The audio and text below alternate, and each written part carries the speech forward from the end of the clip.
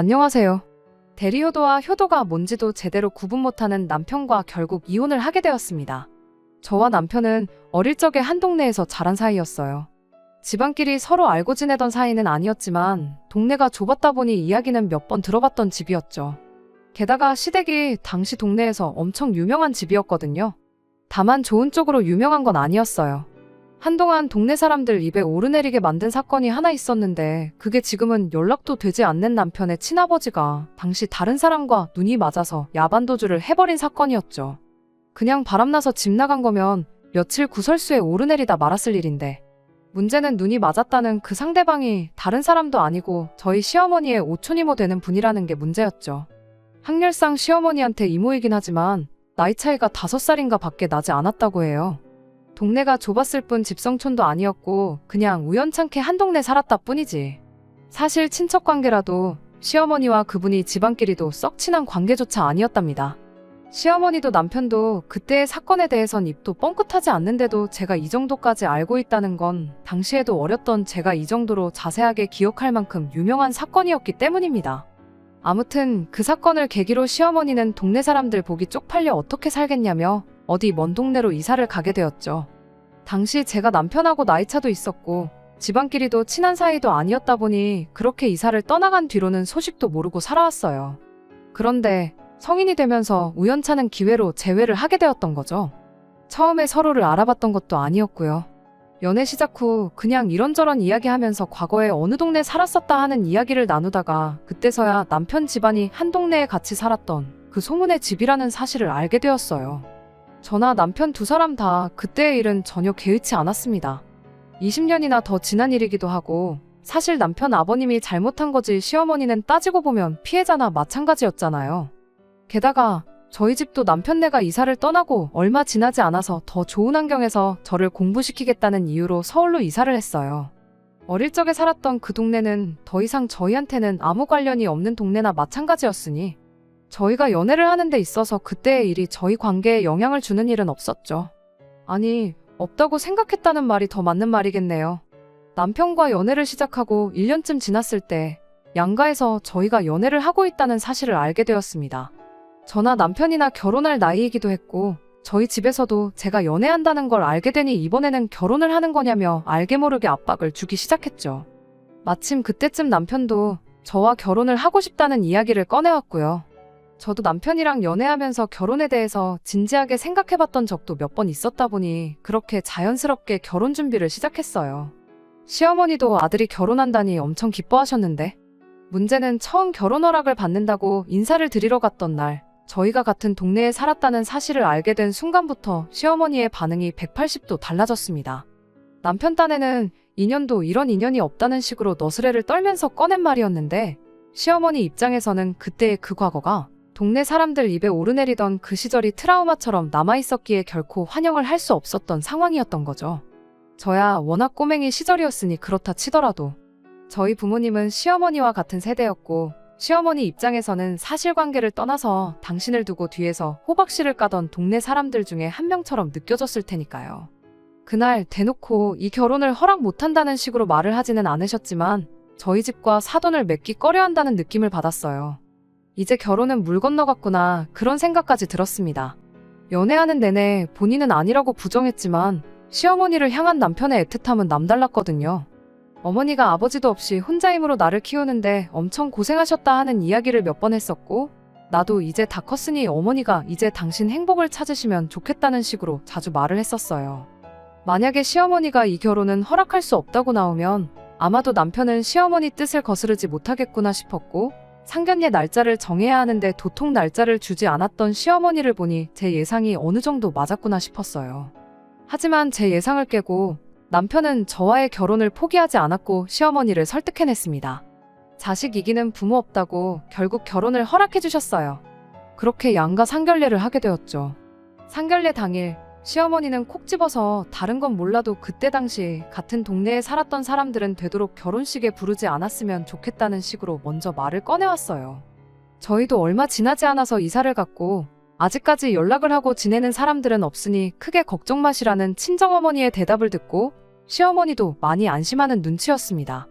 상견례 후 친정어머니께서는 시어머니가 제가 같은 동네 살았던 사람이라서 무작정 결혼을 반대하는 건 줄 알았는데 결혼식장에 동네 사람들 다시 만나는 게 싫어서 저랬던 거였구나 하고 다행이라고 하셨죠. 괜히 반대하는 결혼 억지로 시켜서 귀한 딸 시어머니 눈치 보면서 살게 만드는 거 아니냐고 내심 걱정을 하셨다고 하시더라고요. 별거 아닌 이유였지만 어머니 반대에도 끝끝내 결혼 허락을 받아낸 사위도 든든하고 우리 딸 이쁨 받으며 행복하게 사는 일만 남았다고 좋아하셨어요. 그렇게 남편과 결혼을 하게 되었습니다. 친정어머니 말처럼 저도 똑같이 순탄한 결혼 생활을 하게 될 줄 알고 있었어요. 하지만 결혼을 하고 얼마 지나지 않아서부터 그 생각이 틀렸다는 걸 뼈저리게 느끼게 되었습니다. 시어머니 성격이 정말 보통이 아니었거든요. 제가 같은 동네에서 살았던 말았던 시어머니 과거를 알았던 몰랐던 간에 그냥 인간적으로 볼 때 심적인 여유가 전혀 없이 날카롭기만 한 사람이었어요. 오죽하면 남편 아버님이 얼마나 시달렸으면 야반도주까지 하게 되었을지 이해가 된다 싶을 정도였습니다. 운 나쁘게도 마침 눈맞은 상대방이 시어머니의 오촌이모였을 뿐 그 누구였어도 다른 사람 찾아서 새살림 차릴만도 하다 싶을 정도로 사람을 숨도 못 쉴 정도로 압박하는 그런 능력이 있는 분이셨죠. 어머님과 저 사이에서 중간 역할 하나만큼은 제대로 해줄 거라고 믿었던 남편마저 결혼하고 나니 곧바로 태도를 달리했죠. 시어머니와 저 사이에 무슨 일이 생기거든 무조건 아랫사람인 며느리가 숙이고 들어가는 게 맞다는 식으로 문제를 직면하지 않고 피하려고만 해왔어요. 제가 뭐 대단한 걸 바란 것도 아니었습니다. 자기 어머니 끔찍하게 생각해주는 효자아들이었다 보니 신혼집도 시댁에서 가까운 곳으로 구했었어요. 그 덕에 일주일에 최소 3번은 시댁에 다녀와야 했고 남편 편하게 들어누워 쉬는 동안에도 저는 시어머니를 대신해 시댁 집안일을 대신 해야 했습니다. 시대가 요즘 같지 않았던 제가 며느리돌이를 하는 게 당연하게 여겨지던 때였다 보니 시댁에 자주 들락거리며 집안일을 해야 했던 것에 불만을 가졌던 건 아닙니다. 다만 시어머니는 제가 좋은 마음으로 도와드려도 단 한 번을 제가 해놓은 결과물을 만족해하는 법이 없으셨죠. 콩으로 메주를 쓴다고 해도 일단 며느리 손길이 닿기만 하면 콩이 아니라 파트로 하는 거라고 잔소리를 늘어놓는 시기였습니다. 시어머니한테서 인정을 받고 싶던 것도 아니었고 칭찬 한마디 안 해주는 게 서운했던 게 아니었죠. 단지 남편이 시어머니가 저렇게 말도 안 되는 걸로 저한테 생트집을 잡고 저를 못살게 굴 때 그때 한 번만 제 편에 서서 어머님께 한마디만 해줬었으면 싶었어요. 정말 별것도 아니었는데 남편은 제가 그런 말을 할 때면 다른 며느리들도 다 하는 건데 뭐가 그렇게 유난이냐. 우리 어머니 같은 시어머니도 따로 없다고 직장 동료 누구 이야기를 하면서 시어머니 모시고 살면서 고된 시집살이를 참는 사람들도 있는데 너 정도면 운 좋은 줄 알라는 식으로 제게 참고 살기를 강요했습니다.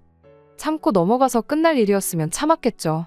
처음에는 저도 참아도 보고 한 귀로 듣고 한 귀로 흘려보려고 해보고 제가 할 수 있는 방법을 총동원했었어요. 하지만 그렇게 하면 할수록 시어머니는 제가 꼬리를 내렸다고 생각하셨던 건지 저에게 더 모질게 굴기 시작했죠. 지성이면 감천이라고 언젠간 제 진심을 알아주지 않겠나 생각하며 최선을 다했지만 그런 마음가짐도 점점 옅어지기 시작했어요. 한때는 그냥 확 이혼을 해버릴까 하는 생각을 가졌던 적도 있었죠. 요즘이야 또 이혼한 게 흠이 아니라고 하지만 그 당시는 사회적 분위기가 전혀 그렇지 않았거든요. 그땐 이미 아이들이 태어난 뒤였다 보니 이혼녀 딱지 달고 애 키우며 받을 주변의 시선도 또 아이들이 견뎌내야 할 주변의 손가락질도 걱정이 돼서 그렇게 할 수가 없었습니다. 그렇게 하루하루가 지나가다 보니 언젠가부턴 상처에 딱지가 생겨 굳은 살이 생기는 것처럼 시어머니 잔소리가 당연하게 느껴져서 상처가 되지도 않았어요. 오히려 저한테 잘해주면 그게 더 걱정스러울 정도였죠. 그렇게 되고 나서부터는 시어머니가 무슨 말을 해도 덤덤하게 받아들일 수 있었고 그리고 아이들이 어느 정도 자라고 나서는 일부러 직장을 구해서 맞벌이 생활을 시작했습니다. 일 핑계로 매일같이 들락날락해야 했던 시댁에도 발길을 최대한 끊기 시작했고요. 불행이라고 해야 할지 다행이라고 해야 할지 당시 남편이 회사에서 간당간당하던 시기라 제가 일하는 걸 막을 수 있는 사람은 아무도 없었습니다. 맞벌이를 시작하면서 저도 바쁜 삶을 살아야 했다 보니 시댁에 관련된 일에 관해선 전부 남편 보고 알아서 하라고 했어요. 남편에게서 경제적으로 독립을 했다. 뭐 그런 거창한 이유 같은 건 하나도 필요 없이 딱 하나 시어머니 때문에 받아야 할 스트레스가 사라지게 된 게 제일 좋았습니다.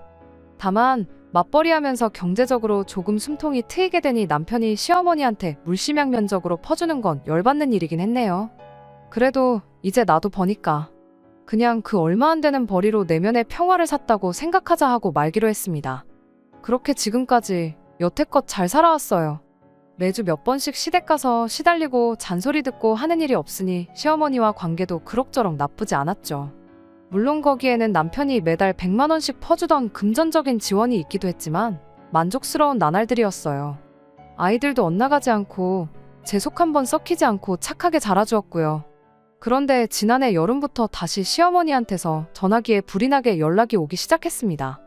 맞벌이 시작한 이래로 시어머니 부양을 가장한테 떠넘긴 게으른 며느리라며 개인적으로는 연락 한 통 없으셨던 분이 노안이 어쩌고 저쩌고 하면서 오늘은 여기가 아프다, 오늘은 또 저기가 아프다 하면서 앓는 소리 죽는 소리를 쉴 틈 없이 해대셨어요.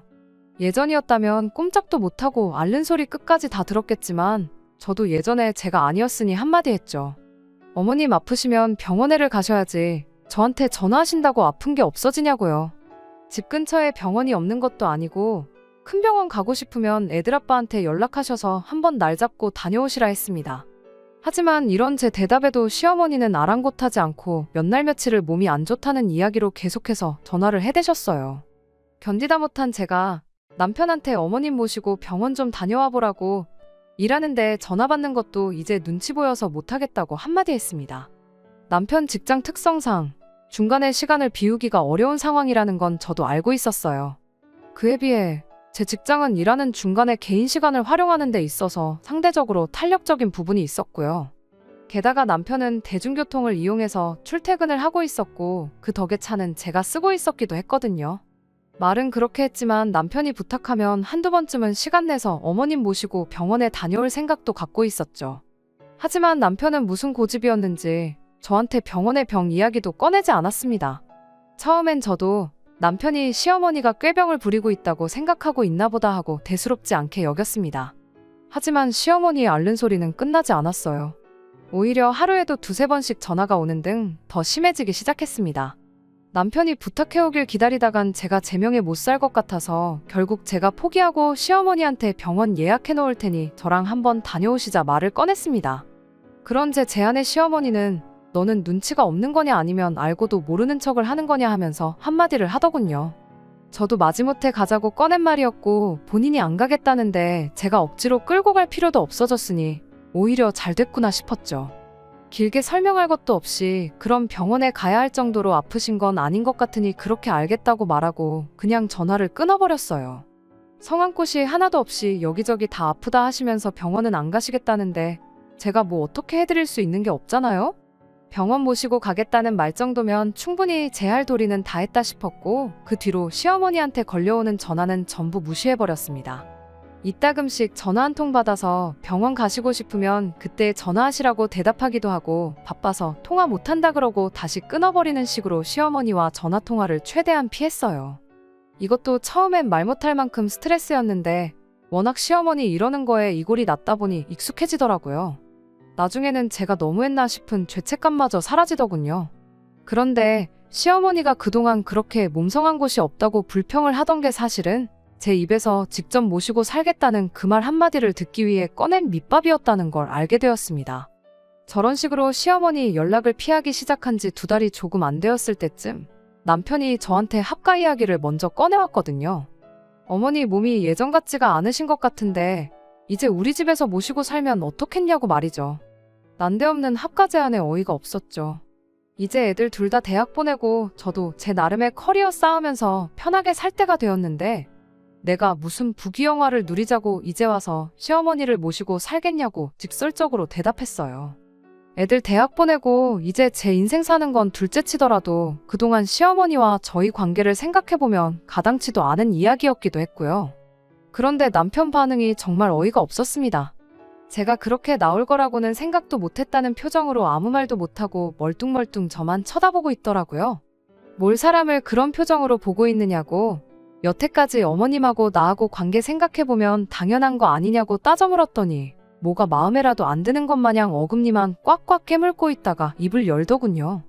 남편은 혹여나 제 심기라도 건드릴까봐 눈치 보면서 조심조심 말을 꺼냈지만 막상 제가 시어머니를 모셔야 하는 이유는 설명 못하고 이상한 딴소리만 주절주절 거리기 시작했어요. 어머님이 요즘 몸이 안 좋으신 건 너도 잘 알고 있지 않느냐면서 핸드폰으로 주섬주섬 뭘 검색하더니 지나간 뉴스를 하나 틀어주더라고요. 뉴스는 노인 고독사에 관한 기사였어요. 어머니 건강이 예전 같지 않은데 혼자 저렇게 지내고 계신 거 보면 마음이 찢어지듯 아프다면서요. 우리가 예전처럼 시댁에 자주 왕래하는 것도 아니지 않느냐며 요즘 부쩍 외롭다는 말도 자주 꺼내시는데 둘째도 대학 가고 그러니 집에 방도 남지 않냐며 이참에 어머님 오시라고 해서 같이 살면 좋겠다 하면서 대놓고 합가하자는 말을 하더라고요. 이 사람이 지금 무슨 소리를 하는 거래? 하는 표정으로 아무 대답도 안 하고 남편 얼굴만 멀뚱멀뚱 쳐다만 보고 있었죠. 제가 무반응으로 나오니 남편은 점점 똥줄이 타기 시작했는지 온몸을 베베꼬면서 나름대로 이유를 만들어 보려고 노력하더라고요. 우리 어머니가 올해로 나이가 몇인데 살아봐야 얼마나 더 사시겠냐며 괜히 이렇게 따로 지내다가 만에 하나 어머니가 어떻게 잘못되시기라도 한다면 나도 나지만 네 마음도 편하겠냐고 하더라고요. 그래서 무슨 말하는지 알겠다고 당신 말이 다 맞다고 동의해줬어요. 가뜩이나 가족이라고는 당신 하나밖에 없고 아들 하나만큼은 그렇게 끔찍하게 생각하시는 분이지 않냐고 당신 마음 다 이해한다고요. 아들 혼자 보내고 20년 동안 혼자 지내셨는데 이제 자식돌이 할 때가 된 건 맞는 말이라고요.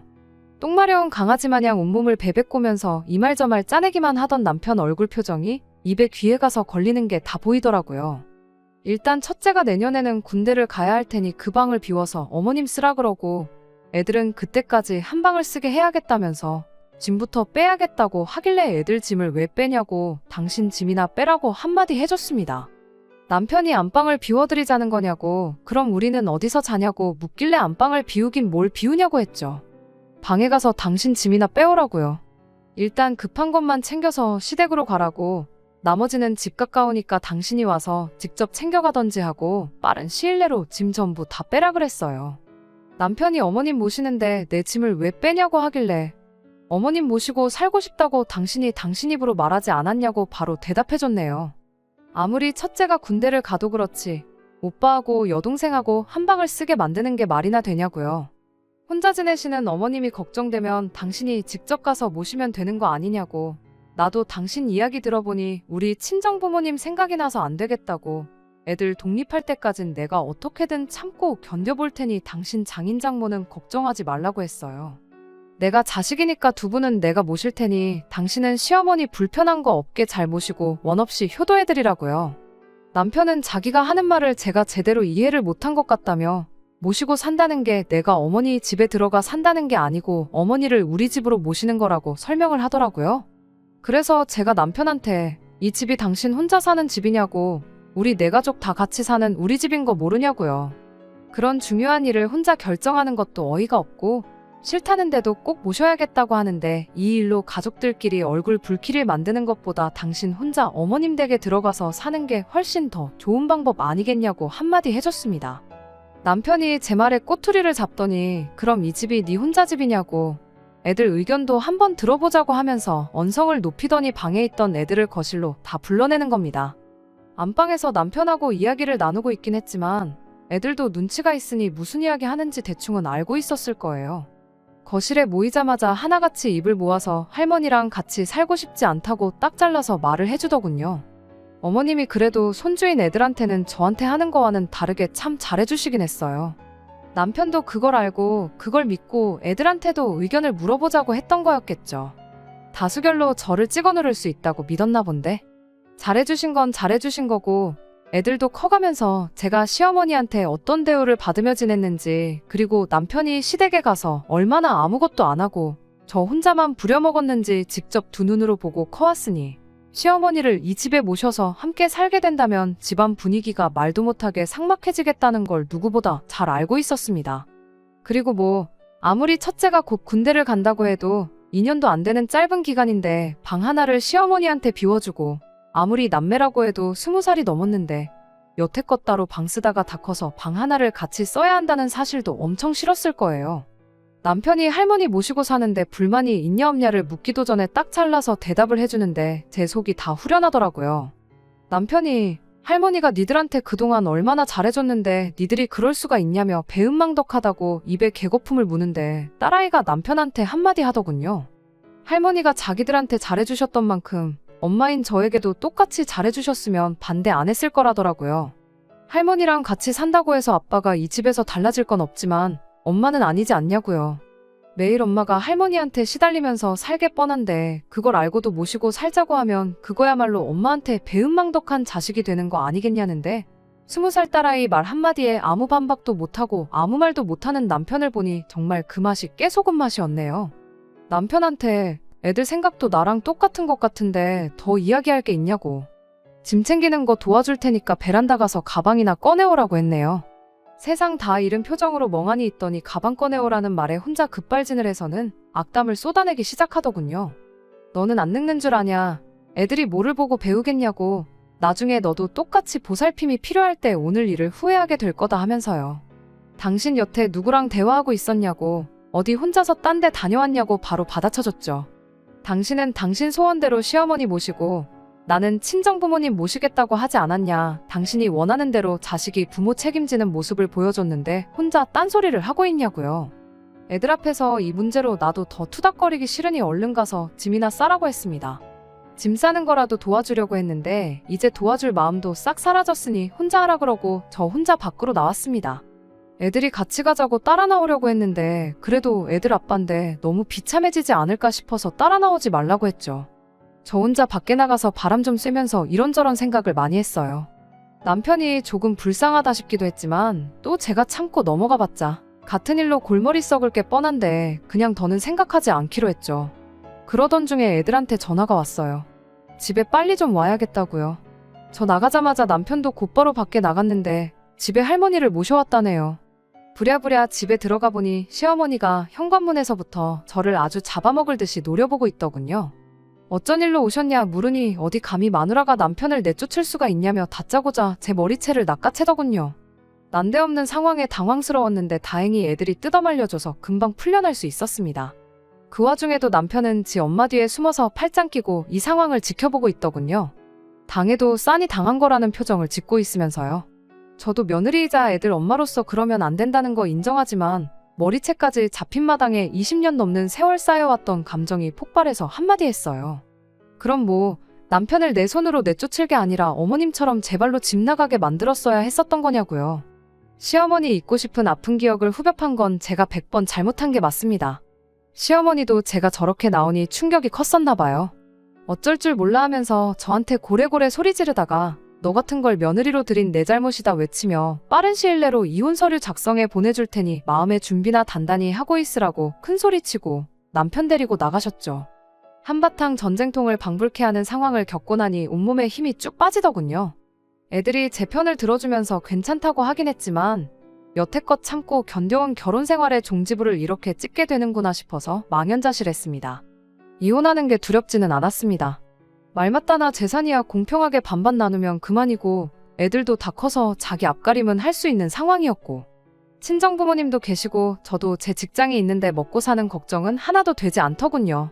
다음 날이라도 당장 이혼 서류 작성해서 가져올 줄 알았는데 한 달이 지나도록 남편도 시어머니도 저희 집에 코빼기도 비추지 않았어요. 먼저 연락하고 싶은 마음은 없었기에 아무 때나 가져오라는 심정이었습니다. 차라리 바로 다음날 왔었으면 저도 다시 고민하고 또 고민해봤을 텐데 한 달이 넘도록 시간을 주니 오히려 차분하게 마음 정리할 여유가 있더라고요. 그래서 저도 이혼을 하는 걸로 완전히 마음을 굳히게 되었죠. 마음 정리하고 일주일이 채 안 되었을 때 퇴근 후에 여느 때처럼 저녁 식사 차려놓고 애들하고 밥 먹고 있는데 현관문 열리는 소리가 들려왔습니다. 남편이었어요. 무슨 일이라도 있었냐는 듯이 자연스럽게 자리에 앉더니 밥을 달라고 하더군요. 아무 말도 안 하고 묵묵히 밥을 다 먹고는 자연스럽게 안방 침대에 들어가서 드러눕는데 이혼 서류를 가져온 것도 아니고 사과를 하는 것도 아니고 뭐 하자는 건가 싶더라고요. 남편한테는 말도 꺼내기 싫어서 시어머니한테 전화해 어머님 아들이 왜 우리 집에 와 있는지 모르겠다고 오셔서 데려가시든지 하셔라 제 할 말만 전하고 전화 끊어버렸습니다. 1분도 안 걸려서 시어머니한테 다시 전화가 왔어요. 저한테 미안하다고 하시더니 이제 할 만큼 하지 않았냐고 하면서 남편과 화해를 하랍니다. 이혼시킨다고 하시더니 왜 이제 와서 말을 바꾸시냐고 나는 내 마음 바꿀 생각이 없다고 말했어요. 어머님은 다 늙어서 효도받아야 할 상황에 당신이 아들 뒷바라지를 해주게 생겼냐고 그냥 원래 살던 대로 혼자서 편하게 지내고 싶으니 이제 와서 남편을 다시 데려가랍니다. 합가하자고 난리칠 땐 언제고 소원대로 합가시켜줬더니 이제 와서 마음을 바꾸시면 어떡하냐. 남편만 혼자 보낸 게 아니라 우리 집에 들어와서 사셨어도 한 달 만에 이렇게 마음을 바꾸셨을 거냐 따지니 아무 말도 못 하시더군요. 합가해서 며느리가 모셔주고 살 줄 알았는데 혼자서는 밥도 못 차려 먹는 아들 뒷바라지 하려니 혹이 하나 생기신 것 같아 그러시냐고 일 없다 말하고 다시 전화 끊었습니다.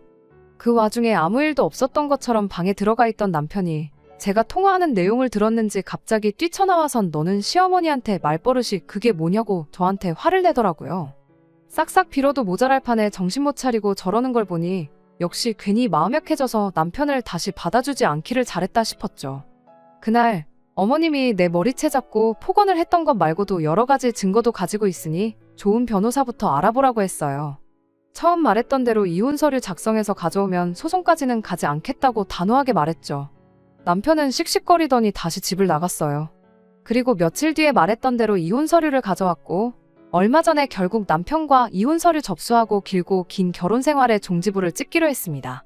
남편이 이혼하고 시댁으로 갔는지 어머님한테 애물단지 취급받다가 시댁에서도 쫓겨났을지는 궁금하지도 않아요. 다만 이혼 서류 접수하려고 만났던 그날 몰골이 아주 말이 아니더군요.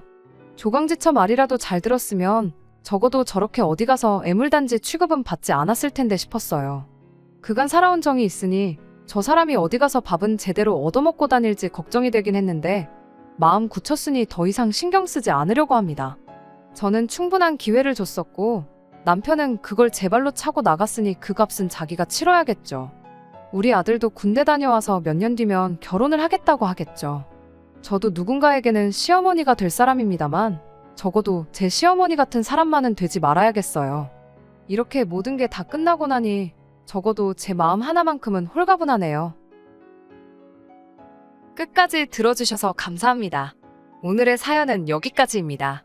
구독과 좋아요, 알람 설정 부탁드리고 더 좋은 사연으로 다시 찾아뵙겠습니다. 감사합니다.